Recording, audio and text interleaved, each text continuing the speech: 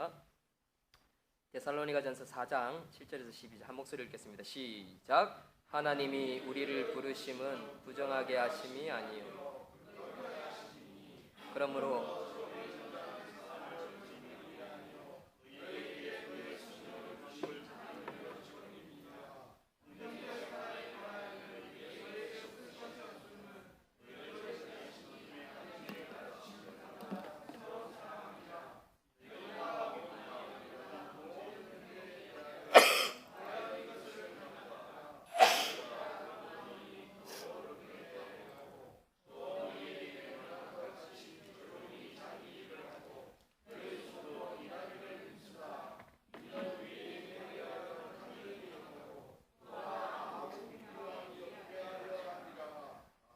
아멘. 우리 다 같이 앞에 오늘 설교 제목 한번 읽어 주십시오. 시작. 예, 성도의 올바른 삶이라는 제목으로 오늘 하나님의 말씀 증거하겠습니다. 먼저 우리 망미제일교회 성도님들과 또 우리 하나를 교회 성도님들 무더운 여름에 건강 유의하시고요. 목회자인 제가 먼저 감기에 걸려서 좀 죄송스럽고요. 하나님 섬기는 자인데 관리가 좀 소홀해서 기침이 좀 나고 목소리가 좀 그럴지라도 좀 이해해 주시기를 바랍니다. 성도의 올바른 삶, 우리가 오늘 이 말씀을 가지고 하나의 말씀을 좀 살펴보겠는데, 우리 지난주에도 제가 이순신 장군 이야기를 좀 했습니다. 제가 너무 은혜스럽게 보고 와가지고 지난주 설교 제목이 감동이 있는 교회, 감동이 있는 성도라는 제목으로 증거를 했어요. 그리고 또 이번에 지난 한 주간 지나가면서 이 명랑이라는 게 계속 연일 모든 그 관람객 수, 우리나라 뭐 세계적으로 유명한 영화들을 다 통틀어 가지고 연일 막 갱신하는 것을 보고, 제가 이 영화를 한 번 더 봐야겠다는 생각도 계속 하고 있었지만 그런 소식을 들을 때마다 그 감동이 잊어지지 않고 계속해서 생겨났더랬습니다. 그래서 오늘도 성도의 올바른 삶이 무엇인지, 그리고 그런 것을 좀 살펴보는 데 있어서 이 예화가 참 우리에게 참 너무너무 귀중하고 좋은 것 같다 싶어서 이 예화를 한 번 더 들어 쓰려고 합니다. 이순신 장군 참 고귀한 영웅이지요. 우리나라에 뭐 여러 위인들이 있지만 첫 번째, 두 번째 가라라고 하면, 위인이라고 하면 서러울 정도로 이 이순신이라는 장군은 위대한 영웅입니다. 세계적으로 알려지지는 않았지만, 그러나 전쟁의 신이라는 사람들은 거의 대부분 이순신을 모르는 사람이 없을 정도로 그의 뭐 한산도 대첩, 뭐 노량 대첩, 그리고 뭐 명랑 대첩, 이런 것을 모르는 세계의 어떤 전쟁의 신 장군들은 없습니다. 그만큼 이순신 장군은 대단한 사람입니다. 그래서 저는 이순신 장군에 대해서 여러분들과 함께 좀 살펴보고 싶었던 게, 제가 이야기하는 것보다 좀 더 유명한 사람을 좀 섭외하는 게 좋겠다 싶어가지고 제가 동영상으로 유명한 사람을 하면 섭외를 했습니다. 설민현이라는 그 역사 교육 TV 강사인데요. 너무너무 강의를 잘하시더라고요. 그래서 같이 보면서 먼저 우리나라의 역사, 그리고 또 이 영화가 왜 이렇게 뜨고 각광을 받는지, 그런 걸 좀 한번 알았으면 좋겠습니다. 그래서 한 10분 정도 가까이 되지만 함께 보면서 한번 마음을 말씀 가운데 집중을 한번 했으면 좋겠습니다. 불 좀 꺼주세요.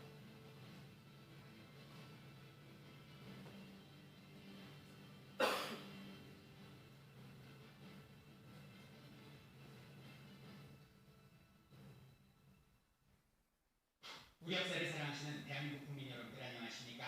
한국사 전문가 설민석입니다. 자, 이번에 명량이라는 영화를 통해서 여러분들을 찾아뵙게 되는데요. 이 명량에서는 배경이 임진왜란 아닙니까? 일단 임진왜란 보고 영화 이야기를 들어보도록 하겠습니다. 임진년에 외인들이 난을 벌였다. 그래서 임진왜란인데요. 자, 지도 한번 보실게요. 자, 중국이 있고 우리나라가 있고 이렇게 일본이 펼쳐집니다. 여기는 일본을 주목을 하셔야 돼요. 100년 동안 자기들끼리 침공하고 있어요. 이걸 전국시대라고 합니다. 당시에 똘똘이 대시가 그 조선으로 통일을 했는데 문제는 너무 불안정한 통일이었어요. 내부적인 결속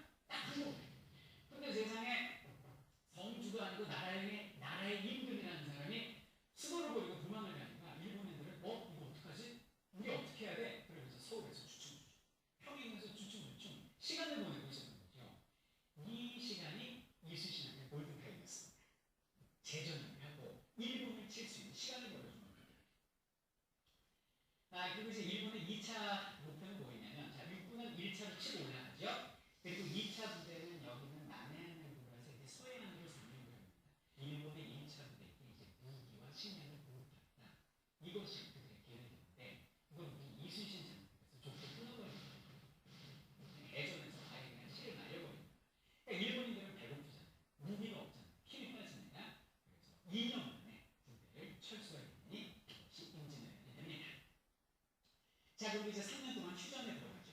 그리고 휴전이 결렬되고 나서 1597년에 정유년의 제자 부인들이 나를 버리거든요. 이게 2년 동안 벌어진 정유재란이 되고요. 자, 우리의 영화 명량은 여기 있는 정유재란 초반에 일어난 이순신의 전투를 그리고 있다. 자, 근데 이순신 장군의 전투가 굉장히 많습니다. 그런데 왜 하필이면 김원민 감독은 포커스를 명량에 맞춰놓을까요? 그것은 그 전에 있었던 이순신 장군의 전투 스타일에 문제가 됩니다. 자, 여기 보시죠. 자, 전쟁 초반에 이순신의 연전연승 기록이 되겠습니다. 목포의 적, 합포, 적진포, 사천, 당포, 당안포, 율포, 한산포, 안골포, 그리고 부산포까지 몇 점 연승을 하는데요. 이순신 장군의 전투 스타일이 뭐냐? 우세한 전력을 가지고 방심하고 있는 소수의 적을 기습하는 행위가 이순신 장군의 전투 스타일이었습니다. 이길 수 있는 전투를 했다는 거죠. 손자병법에 보면 이런 말이 나옵니다. 승리하는 병사는 선승 이후 부전입니다. 일단 이겨놓고 싸운다는 얘기. 그래서 이순신을 병장이다, 전쟁의 신이다 이렇게 이야기하는 거죠. 자, 그런데 명량은 달랐습니다. 12척밖에 되지 않는 대로 330여 척의 적성을 마저하고 싸운 겁니다.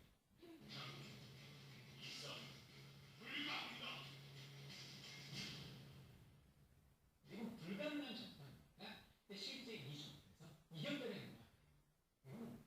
말도 안 되는, 내가 볼 땐 세계 7대 불가사이다 이렇게 보시면 되겠습니다. 아니 근데 이순신 장군이 왜 이렇게 불리한 전투를 나가 싸울 수밖에 없었을까요? 그리고 그 수많은 조선의 판을 어디가 뭡니까? 머리를 잡고서 다 해보셨습니다. 그 얘기를 잘 해보도록 할게요. 많은 분들이 이제 이순신 장군이 억울하게 관계가지고 백의종군 얘기를 많이 알고 있습니다. 왜 그렇게 됐어요? 선조가 시기심이 많아서 분단 정치에 때문에 그래서 좀 더 우리 디테일하게 살펴보자고요. 왜 선조가 이순신을 잡아갈 수밖에 없었는가? 선조 입장에서 보도록 하겠습니다. 첫 번째는 뭐냐면 엄청난 이순신의 세력이 선조를 압박을 했습니다. 이순신 같은 경우는 처음에는 이거는 전라 좌수사를 부르는데요. 전공을 세우자 충청 전라 경상을 아우르는 삼도수는 통제사가 됩니다. 그리고 주변 내륙에 있는 70여 개 부의 행정권과 군사권을 모두가 잡게 됩니다. 백성들은 이순신 당시로는 안전하다고 해서 모든 백성들이 기름처럼 몰려들게 됩니다. 그러니까 선조는 굉장히 예민하고 의심, 신기심도 많은 사람입니다.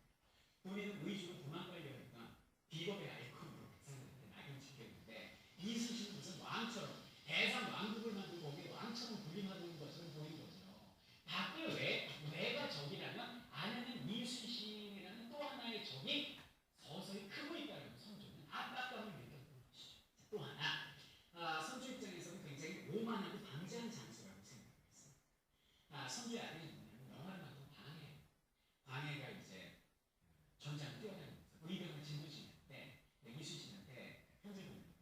무과를 실시할 테니까 장군 병사를 좀 뽑아가지고 오세요. 이순신이 뭐라고 하냐? 지금 전시 상황입니다. 제가 갈 수 없으니까 한산에서 제가 무과를 실시했습니다.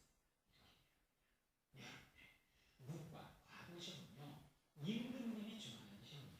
이거를 선조나 광해군 입장에서는 어떻게 받아들일 수 있겠습니까? 위협으로 다가왔던 겁니다. 자, 그래서 선조가 벼르고 있었습니다. 꼬투리 잡으려고 했죠. 그때 제대로 잡으려 떨어집니다. 자, 휴전이 결렬되고 이제 정유재란이 시작된 거예요. 첩보가 들어왔습니다. 일본군 다토기오만사가 이끄는 수군이 여기 부산으로 이끌고 들어온다는 겁니다. 선조는 이순신한테 함선을 이끌고 나가 맞아 싸우라고 했어요. 여기에 이순신이 거부를 합니다. 이유는 뭡니까? 적의 첩보를 믿을 수가 없다. 그러면서 출정을 하지 않았습니다. 문제는 뭐냐면 정말 다토기오만사 친구들. 그래서 우리나라에 상륙을 해요. 전세가 불려야 되는 거죠. 선조는 불가침합니다. 이순신을 죽여. 전시에 항명하는 군인은 하영입니다. 그래서 이순신 장군이 끌려 올라가서 고문을 당하시고 감옥에 갇히시고 백의종군을 당하신 겁니다. 자, 그럼 새로이 삼도수군 통제에서 누게 누구냐? 원균이었습니다. 원균처럼 편성해 줬습니다. 내가 가면 부산포 가서 원균을 쓸어버리겠습니다. 그리고 딱 왔는데 어려움에 처하게 왔더니 막상 와가지고 이순신 말이 많은 거 부산 나가 싸우라고 그러지 나가면 죽을 것 같지. 그러니까 안 나가도 머뭇머뭇한 거예요. 그러니까 임금의 명령을 받은 보원수 권율 장군이 와서 왜 안 나가는 거야? 이거 엎드려 그래가지고 부하장군을 모르고 그냥 곤장을 때려버린 거야. 오늘날로 따지면요 합참 이상이 대군 참모총장 엎드려 뻗쳐시켰고 몽둥이 찜질하는 거 똑같아요. 지금 전시 상황이 뭐예요? 그럼 우리나라 수군의 사격은 누가 되겠어요? 그래서 원균 장군은 어쩔 수 없이 출정했다가 부산 칠전량 밖에서 대패하는 겁니다. 선조는 생각했습니다. 원균이 패했어? 우리 조선 수군이 강한 게 아니라 이순신 장군의 지도력이 뛰어나는 거죠. 이순신을 다시 내보내. 장군 내 무슨 할 말이 있으리요? 내 무슨 할 말이 있으리요? 나라를 위해 싸워주시오라고 얘기합니다. 자, 나라는 이순신을 버렸지만 이순신은 나라를 버리지 않습니다. 알겠습니다 전하 그러면서 삼도수군 통제사를 다시 왔어요. 왔더니 세상에 12척 남은 게 다입니다. 선조가 조심스럽게 편지를 보냅니다. 장군 좀 승산이 없을 것 같으니 물분하고 합쳐서 싸움을 끝내서 권율 장군하고 힘을 합치시오라고 얘기합니다. 이때 이순신 장군이 후에 명언을 남기시죠. 아직 시간이 이를 비추게 배가 할 수 없네. 자, 승산이 없는 전투입니다. 이순신 장군이 그 사람이 얼마나 두려움겠습니까? 근데 영화에서 그는 이렇게 말씀하십니다. 두려움을 용기로 바꿀 수는 있다는. 그리고 병사들을 모아놓고 자, 불 좀 켜주시고요. 우리 어린이들 빨리 앞으로 나오세요. 안수 받고 올라가세요. 어른들 설교하는 시간이니까. 우리 남자들 먼저 할게요. 여호와는 내게 복을 주시고 너를 지키시기를 원하며 여호와는 그 얼굴로 내게 상을 베푸시기를 원하며 여호와는 그 얼굴을 내게 대하여 평강 주시기를 원하노라. 아멘. 올라가세요. The Lord bless and keep you. The Lord make his face shine upon you and be gracious to you. The Lord turn his face toward you and give you peace. 아멘. 들어가세요. 이수신 장군 참 고귀한 영웅이지요. 그의 리더십은 재능과 능력을 갖췄지만 나라와 백성을 위한 희생 정신이 더 큰 지도자였기 때문이라고 할 수 있습니다. 지금은 이순신 장군 명랑이라는 영화가 신드롬을 일으키고 있습니다. 제가 생각할 때는 우리나라 역대 영화 최고 관람객 수를 갈아치우고도 남을 것 같습니다. 왜 그럴까요? 12척의 배로 330의 외적과 싸워서 이겼기 때문에? 저는 그것만은 아닌 것 같습니다. 제가 생각할 때는 세월호 사건으로 인한 국민들의 원성 이게 포함되어 있고요. 또 오늘날 수많은 지도자들이 잘못된 지도력을 발휘하고 있기 때문에 거기에 대한 원망이 서려 있기 때문에 이순신 장군을 보면서 저런 지도자가 나와야 해라는 그런 마음이 아닐까요? 이 시대의 정치인들의 우유부단한 판단을 보십시오. 본질을 잊어버린 채 지도력을 잃어버린 채 자신의 밥그릇만 챙기고 있는 지도자를 보십시오. 그렇기 때문에 국민들은 이런 영웅을 원하고 있지 않나 그런 생각을 해보게 됩니다. 여러분 세상에서 가장 강력한 바이러스 치사율 90%가 되는 게 무엇입니까? 에볼라 바이러스죠. 지금 에볼라 바이러스 때문에 전 세계가 난립니다. 에볼라 바이러스는 치사율이 90%입니다. 마치 영화와 같은 실제적인 상황인데요. 지금 아프리카의 서부 지역의 기니, 라이베리아, 시에라리온, 이제 더 나아가선 나이지리아까지 국가 비상 상태를 선포했습니다. 지금까지 932명 이상이 목숨을 잃었다라고 합니다. 걸리면 죽는다. 미국에도 선교사님 의사 두 분이 에볼라 환자들 돌보다가 2명이 걸렸어요. 미국으로 들어왔어요. 치료약이 그때는 만들어졌다라는 발표가 전혀 없었습니다. 그러니까 미국에서 난리가 났었죠. 왜 에볼라 바이러스 환자를 미국으로 데리고 들어왔느냐라는 것이었습니다. 그게 이슈였습니다. 그러면 미국인인데 데리고 들어와야지 하면서 이 두 팀이 설전이 벌어졌을 정도로 미국에서 난리였습니다. 그런데 원숭이 실험으로 인해서 어느 정도 효과를 보고 있던 약이 하나 있었죠. 그 약 이름은 제가 정확하게 모르겠는데 어쨌든 그 약을 통해서 이 두 선교사님 다 나섰습니다. 이들의 섬김은 참으로 고귀한 섬김이라고 할 수 있습니다. 이 땅에서 우리 그리스도인들이 본받아야 할 그런 모습이 아닐까요? 반면에 우리 윤일병의 죽음을 한번 보십시오. 모든 아들 둔 부모들은 다 치를 떨고 분노를 금치 못하고 있습니다. 그래서 지금은 국방부 저희 군 면회 시간에 부모님들이 뭐 너도 나도 하도 없이 아들을 보러 온답니다. 그의 사망 후 국방부에 이 사건은 보고되어졌습니다. 그러나 4개월 동안 그냥 묻혀졌고 덮여졌던 사건입니다. 보십시오. 얼마나 찌질한 상관들이 많습니까? 뻔하게 보면 다 아는, 이거 맞아서 죽었구나, 구타구나, 이 문제가 된다라는 소지를 다 알매도 불구하고 그들은 자신들의 밥그릇을 챙기기 위해서 쉬쉬했던 것입니다. 여러분, 이것이 지도자입니다. 우리나라의 지도자입니다. 그러니까 어떻게 국민들이 가만히 있을 수 있겠습니까? 어떤 사람은 쓰레기 같다라고 표현한 사람도 있습니다. 제가 봐도 그렇습니다. 그렇기 때문에 성웅 이순신 같은 장군이 오늘날 영화로 저렇게 만들어졌을 때 사람들이 열광하는 것입니다. 다 아는 내용이지 않습니까? 저도 사실 명랑 이순신 나온다고 2달 전부터 인터넷이나 뭐 TV에 막 뜨면 저 다 아는 이야기인데 저 뭐 누가 볼까? 차라리 해적이나 보겠다, 뭐 군도나 보겠다, 뭐 저는 그런 생각을 가졌더랬습니다. 그런데 저는 영화를 딱 보고 정말 지난주에 제가 설교했던 것처럼 박수를 제 혼자 3번 쳤고요. 저는 눈물을 3번 흘렸습니다. 3장면에서. 그 이야기를 좀 여러분들에게 나눠드렸던 것처럼 그만큼 오늘날 지도자의 지도력, 이게 필요한 시대라는 사실입니다. 그런데 국민들은 어떻습니까? 지도자의 지도력을 원하지만 또한 국민들도 한편으로는 또 부족함들도 있겠지요. 교회도 마찬가지입니다. 교회 목사가 있습니다. 또 성도들이 있습니다. 그래서 성도들은 목사의 지도력을 보고 말씀의 능력을 보고 또 행정과 또 목회 그런 것들을 사사시 살펴봅니다. 그리고 성도들은 목사님이 어떤 사역을 목회를 하시나 관심을 가지기도 하지요. 그래서 따라가기도 하고 때로는 내하고 맞지 않는 것 같아, 이건 아닌 것 같아, 하나님의 말씀이 안 맞는 것 같아 라고 하고 떠나는 사람들도 있습니다.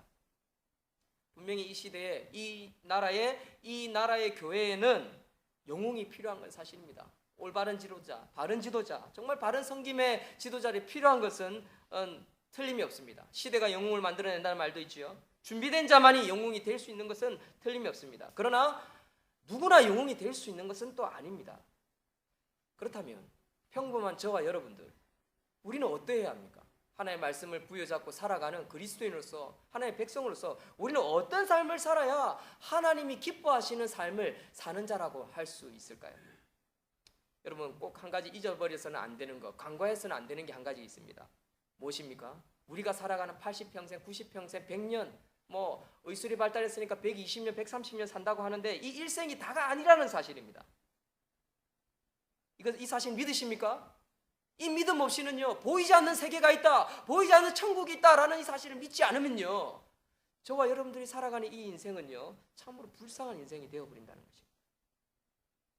그냥 한 번 살다 끝나는 것이 인생이 아니라는 사실, 이것을 우리가 깨닫게 될 때 더 귀한 인생을 살 수 있는 방법을 유추해낼 수 있다는 것입니다.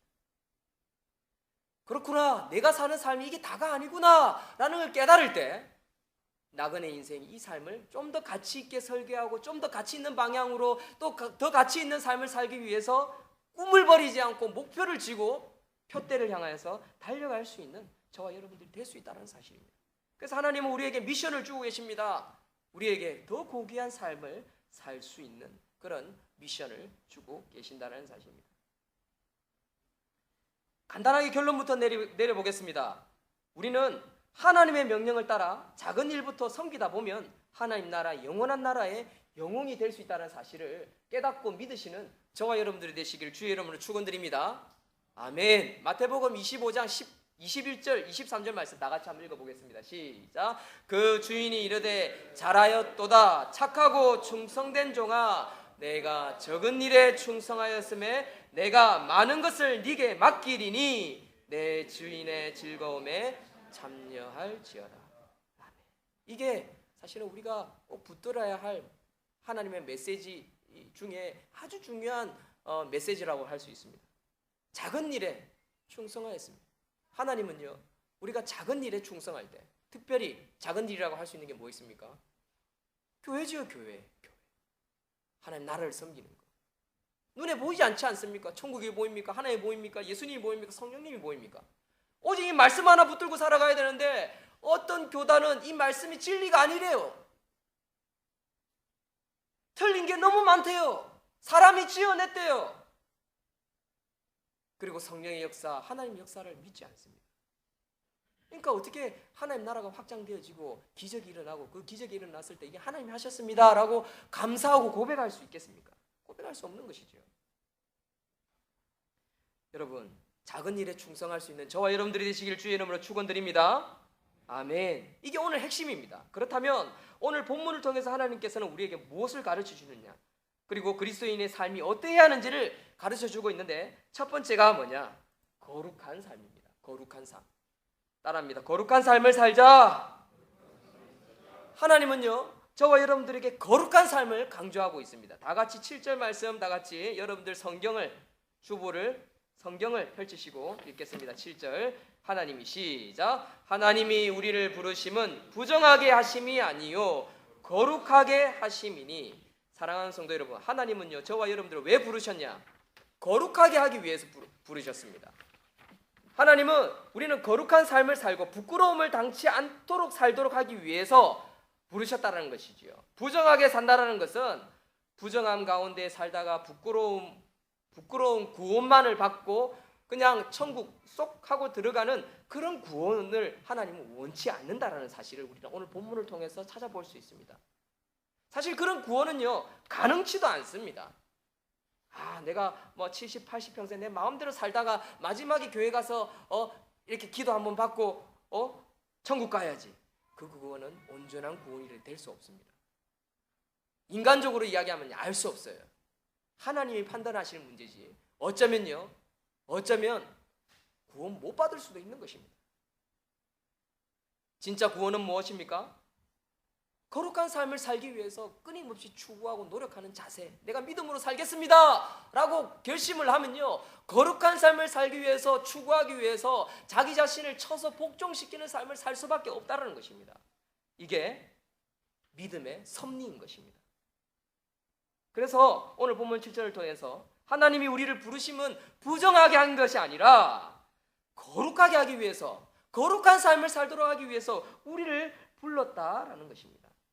사랑하는 성도 여러분, 부끄러운 구원을 받지 않는 저와 여러분들이 되시기를 주의 이름으로 축원드립니다. 아멘. 8절 다 같이 읽겠습니다. 그러므로 시작. 그러므로 저버리는 자는 사람을 저버림이 아니요 너희에게 그의 성령을 주신 하나님을 저버림이라고 깨우쳐주고 있습니다. 여러분, 우리가 거룩한 삶을 살려고 노력하지 않고 그냥 되는 대로 살려고 결심을 하면요, 그것은 믿음을 가진 자라고 할 수 없습니다. 많은 그리스도인이 그런 사람이 얼마나 많습니까? 내가 구원받았으니까, 천국 가게 되고 우리 아이들도 천국 가게 됐으니까 이제부터 대충 살지 뭐. 여러분, 그것은 구원받은 자의 자세가 아니에요. 그건 믿음이 없는 말입니다. 믿음이 없는 행동이라는 것입니다. 그것은 바로 오늘 본문 8절을 통해서 우리에게 가르쳐주는 것입니다. 사람을 저버리는 것이 아니라고 했습니다. 그러므로 저버리는 자는 사람을 저버림이 아니요 뭘요? 거룩한 삶을 저버리는 걸 뜻하는 것입니다. 너희에게 그의 성령을 주신 하나님을 저버림이라고 우리에게 강력하게 반복해서 우리에게 가르쳐 주고 있다라는 것입니다. 바울은 이 거룩의 문제가 얼마나 중요한지를 오늘 본문에 자세히 살펴보면 성령과 결부시켜서 다시 한번 강조하는데요, 하나님은 우리에게 주신 성령님은 거룩한 영이며 그 성령을 거스리는 것이 배교요 하나님을 버리는 것이라고 말씀하고 있다는 사실입니다. 우리 8절 말씀 우리 한 번 더 읽겠습니다. 시작. 그러므로 저버리는 자는 사람을 저버림이 아니요 너희에게 그의 성령을 주신 하나님을 저버립니다. 아멘.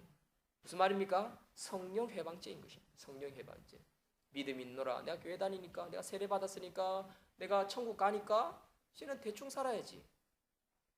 근데 마음껏 누리며 살아야지. 좋게 누리면 좋은데 구원파처럼 그냥 돈만, 자기의 밥그릇만 챙기려고 하는 그런 지도자, 그런 사람들은, 그런 어떤 돈 많은 재벌들은 의미가 구원받지 못한다는 말이 이 속에 포함되어 있다라는 것입니다. 여러분, 또한 성령을 거스리는 것이 무엇이 있습니까? 말씀을 벗어나는 것입니다. 즉 배교인 것입니다. 말씀을 떠나는 것, 말씀대로 살지 않는 것, 진리의 말씀을 인정하지 않는 것, 예수님이 이 땅에 오셨고 예수님이 하나님의 아들이라는 사실을 인정하지 않고 예수 그리스도로 말미암아 천국에 갈 수 있다는 사실을 믿지 않는 거, 이건 뭡니까? 배교인 것입니다. 배교. 여러분, 그 대표적인 케이스가 있습니다. 그래서 저는 지금까지 한 번도 천주교를 이단이다, 또 천주교가 문제가 많다라고 말을 한 적이 없습니다. 오히려 저는 제 누이가 천주교를 다니기 때문에 누나야, 뭐 천주교 안에도 예수 그리스도를 믿는, 예수 그리스도로 말미암아 천국 간다라고 가르치는 신부가 있다는 말을 들었어. 그래 누나, 거기서도 천국 갈 수 있대 라고 제가 말을 했습니다. 그런데 제가 최근에 WCC뿐만 아니라 지금 우리나라에 교황이 온다라는 그 이야기를 듣고 거기에 관련된 기사를 개신교 신학자들이 쓴 기사를 참 많이 읽었습니다. 특별히 여러분들에게 추천하고 싶은 것은 최덕성 교수님의 책입니다. 리포르만다라는 사이트인데 거기 가보시면 이 교수님이 지금 CTS부터 시작해서 기독교 방송, WCC, 신학 충돌, 지금 이 책이 베스트셀러가 돼가지고 지금 엄청나게 유명해지고 있는데, 이 교황이 오는 부분에 대해 있어서 아주 냉철하고 정확하게 무엇이 문제고 무엇이 틀린지를 정확하게 이야기하고 있습니다. 그래서 저는 이걸 읽고 나서 저는 결론에 도달했습니다. 무슨 결론이냐? 저는 한 번도 이런 말을 한 적이 없는데 천주교는 결론부터 내리면 이단이다라는 뜻입니다. 이단. 저는 지금까지 한 번도 천주교가 어떤 목사님이 이단이다라고 하면서 인간이 어떻게 판단할 수 있느냐, 저는 이렇게 생각했습니다. 근데 알고 보니까 이단이다였다는 것은 사실입니다. 제가 그것을 몇 가지 알려드리겠습니다. 왜 천주교가 이단인지를 제가 이야기하겠습니다. 천주교가 말하는 내용을 설명하겠습니다. 로마 가톨릭의 구원은요, 예수 없이도 구원을 받는다는 결론에 이르고 있다는 것입니다. 예수를 믿지 않는 유태인, 무슬림, 이들도 구원받을 수 있다. 미지의 신을 찾아 떠나는 사람들도 구원받을 수 있다. 양심에 따라 사는 사람들, 바르게 살려고 노력하는 자들, 모든 사람의 구원을 받는다라고 로마는 만인 보편 구원주의를 표방하고 있다는 사실입니다. 한국 이순신을 좋아하는 사람들은 이런 질문을 하죠. 목사님, 이순신 장군 구원 못 받았나요? 구원 받았나요? 우리가 알 수 없는 것입니다. 판단할 수 없습니다. 하나님을 알만한 것들을, 모든 진리들을 하나님은 어느 나라 어느 시대든 보여주셨다라고 로마서에 말하고 있습니다.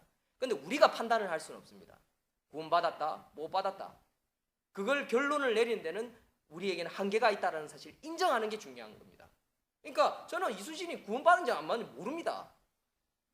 그러나 로마 가톨릭이 이단이라고 말을 제가 정확하게 할 수 있습니다. 왜? 천하 만민의 구원을 얻을 만한 다른 이름을 하나님은 주시지 않았습니다. 무슬림, 이슬람교, 알라신 아닙니다. 그 신을 통해서 구원을 받을 수 있다라는 성경은 어디에도 없다라는 사실입니다. 그렇다면 천주교가 말하는 구원을 받을 수 없는 사람이 누구냐? 가만히 들어보십시오. 참 재미있습니다. 로마 가톨릭이 구원을 받을 수 없는 세 분류를 정리를 했는데요. 예수 그리스도로 믿지 않거나 하나님의 존재를 부인하거나 교회와 무관한 사람들이 구원을 받을 수 없다고 하지 않는다. 구원을 받을 수 없는 사람은 다음과 같다라고 이야기하는데, 첫 번째, 로마 가톨릭이라는 교회 제도와 교회 조직 안에 있는 사람, 곧 교황과 주교를 통하여 그리스도와 결합된 사람일지라도 사랑 안에 머무르지 못하고 교회 품 안에 마음이 아니라 몸만 남아있는 사람도 구원받지 못한다라고 이야기를 합니다.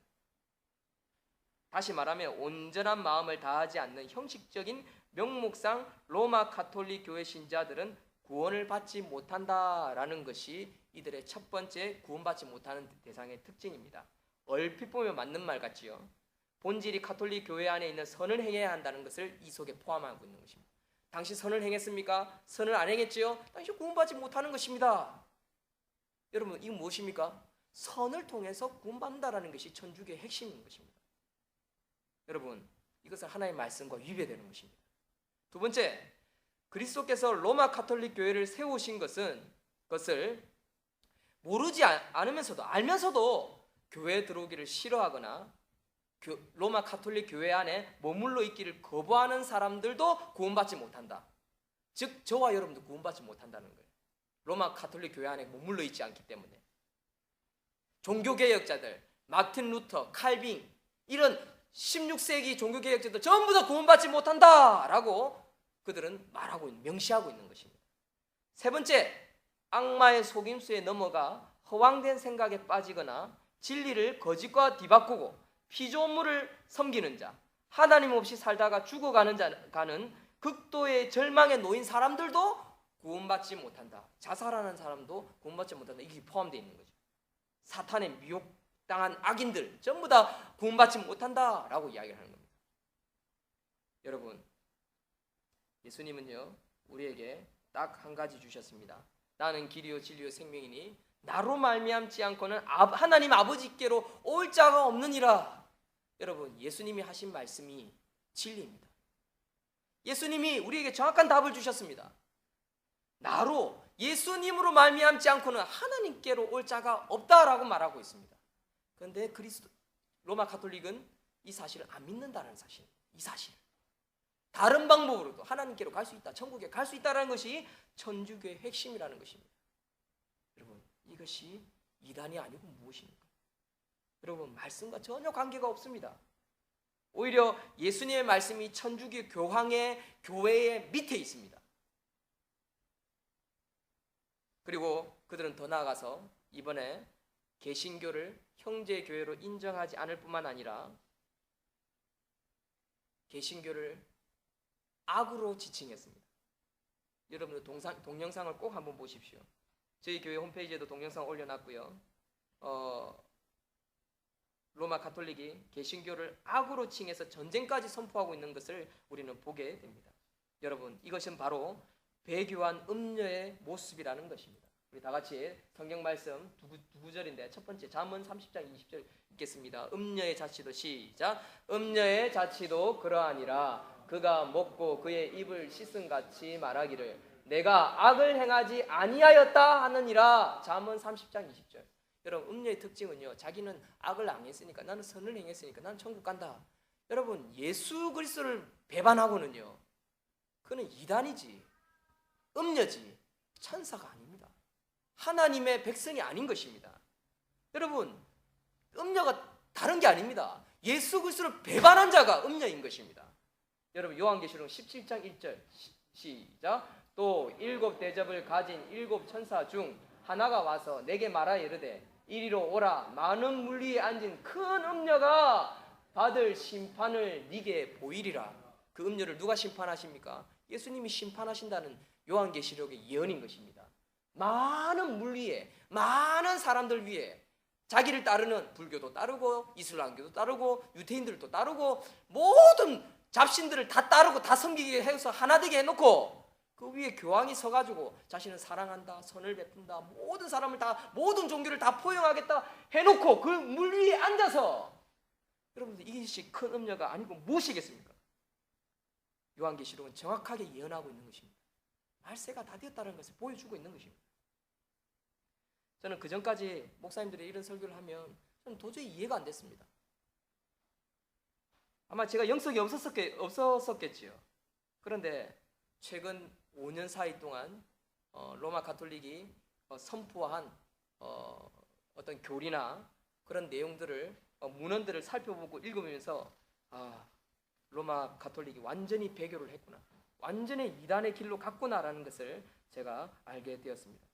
여러분, 우리 개신교의 교리는 성경 66권을 가지고 2000년 동안 이게 말씀이 그러한가 아니한가 날마다 상고하며 배려와 사람과 같이 끊임없이 수많은 신학자들과 논쟁하며 역사 자료를 찾으며 정경, 외경, 가경 모든 성경을 다 논쟁 끝에, 논란 끝에 66권으로 채택했습니다.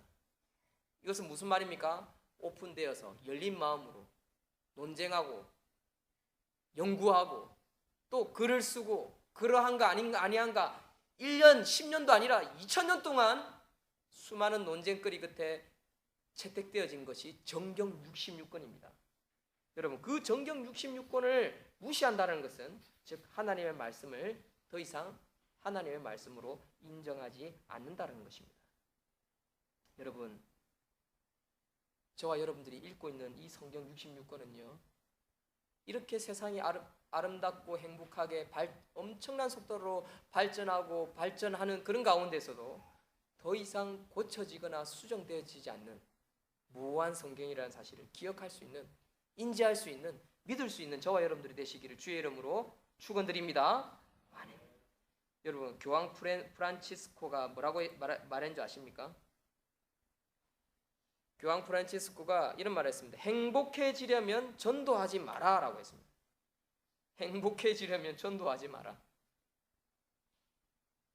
그들은 성경을 진리로 믿지 않고 심판과 재림을 믿지 않는 것입니다. 여러분, 슬기로운 다섯 처녀 아시지요? 게으른 다섯 처녀가 있었습니다. 신랑 잔치 때에 기름 등불을 준비하지 않은 게으른 다섯 처녀가 있었고요. 슬기로운 다섯 처녀는요, 신랑이 언제 올지 모르니까 늦은 밤 잠이 와도 계속 기름이 떨어지나 안 떨어지나 확인하며 준비했습니다.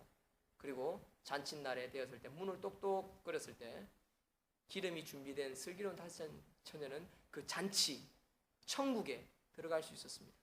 여러분, 저와 여러분들이 슬기로운 다섯 처녀가 되어서 말씀을 지켜가고 말씀을 세워나가는 저와 여러분들이 되시기를 주의 이름으로 축원드립니다. 아멘. 결론으로 제가 예화 하나를 들어드리겠습니다. 어떤 산길을 가고 있는 농부가 있었습니다. 이 농부는 소를 끌고 가고 있었습니다.